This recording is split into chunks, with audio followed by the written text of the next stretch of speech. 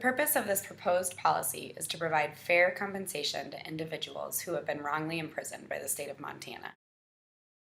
Fair compensation includes addressing the financial, physical, psychological, and social obstacles that face an exoneree upon their release from the custody of the state.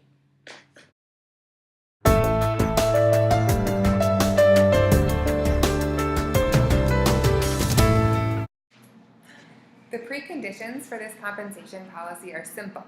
An eligible exoneree will be defined as any person wrongfully convicted of a felony and subsequently imprisoned, and also any person who files for compensation within 3 years from the date of exoneration.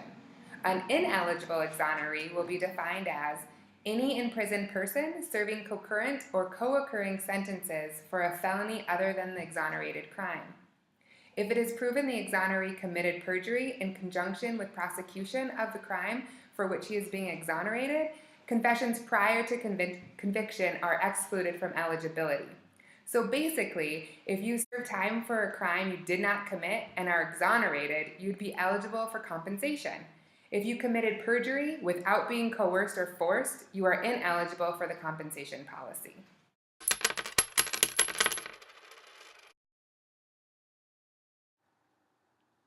Funding is a very important piece of helping us meet our mission, which is to provide compensation for the wrongly convicted. Funding for compensation policies across the nation come from diverse resources.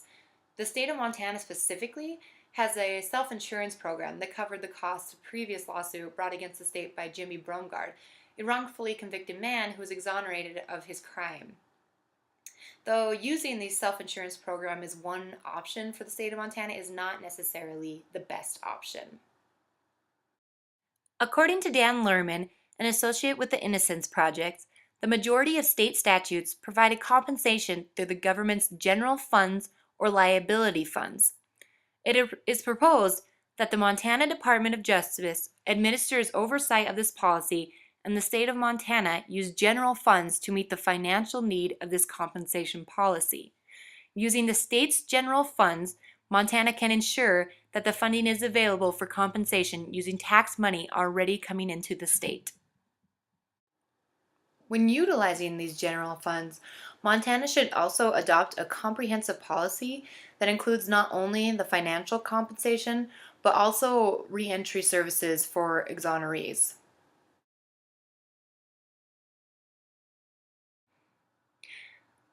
The financial compensation of Montana should provide monetary reparation of at least $50,000 per year for wrongful imprisonment. The sum of $25,000 per year will be paid for time served on death row, parole, community custody, or on the sex offender registry. The exoneree at any point may choose to appoint a spouse, child, or parent as the beneficiary in the event of their death. It is also important to note that the financial compensation is exempt from taxation, allowing the exoneree to have all the benefits of their compensation package.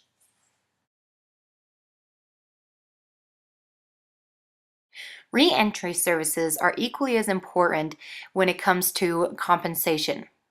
These services should include housing, transportation, workforce development, education, and both mental and physical health.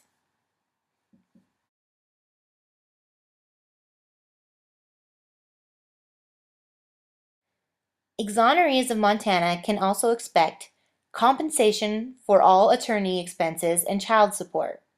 Also, to help assist with the already mentioned re-entry services, Montana exonerees will receive Section 8 housing, SNAP benefits, eligibility for mental health insurance, 120 paid credit hours within the state of educational system, and free job training.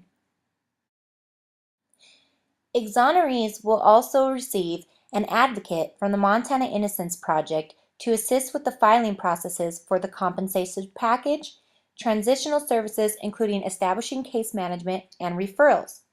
The compensation package meets our mission of aiding exonerees in redressing the years they lost and help them re-enter into society.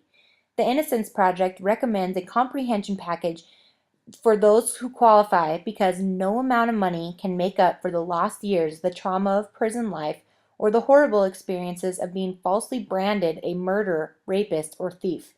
But compassionate state assistance can at least help bring the exoneree's struggle to an end by providing him with the finances to find a home, see a doctor, get job training and counseling, and attempt to make a new life for himself.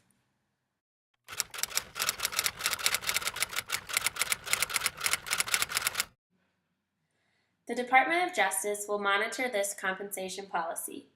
The Secretary of the Department of Justice will take on the responsibility of administering the policy's objectives and will coordinate implementation with assigned advocates. Documentation of activities, referrals, and progress will be submitted monthly to the Secretary of the Department of Justice via appointed advocate and will include self-reports from exonerees.